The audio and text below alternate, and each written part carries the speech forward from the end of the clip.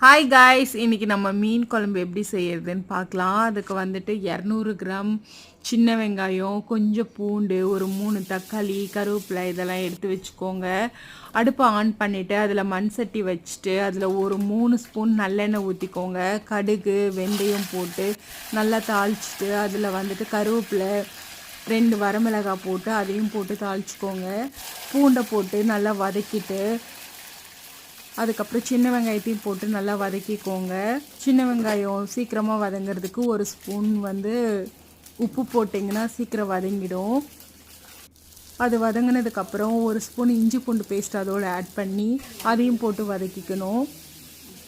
3 தக்காளி எடுத்து வச்சுருக்கோம் இல்லையா, அதையும் போட்டு நல்லா வதக்கிக்கோங்க.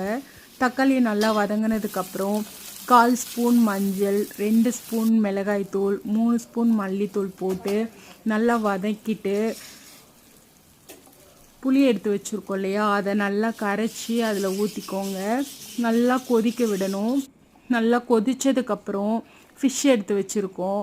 ஃபிஷ்ஷை அதில் கொஞ்சோண்டு உப்பு மஞ்சத்தூள் போட்டு ஃபஸ்ட்டே கலந்து வச்சுக்கோங்க.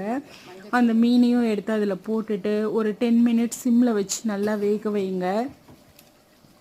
வெந்ததுக்கப்புறம் லாஸ்ட்டாக ஒரு தாளிப்பு கொடுத்துருங்க. கொஞ்சோண்டு எண்ணெய் ஊற்றி கடுகு போட்டுட்டு கருவேப்பிலை போட்டு சின்ன வெங்காயம் கொஞ்சோண்டு போட்டு அதையும் போட்டு தாளிச்சிட்டு அதில் கொட்டினீங்கன்னா டேஸ்ட்டு சூப்பராக இருக்கும். ட்ரை பண்ணி பாருங்கள்.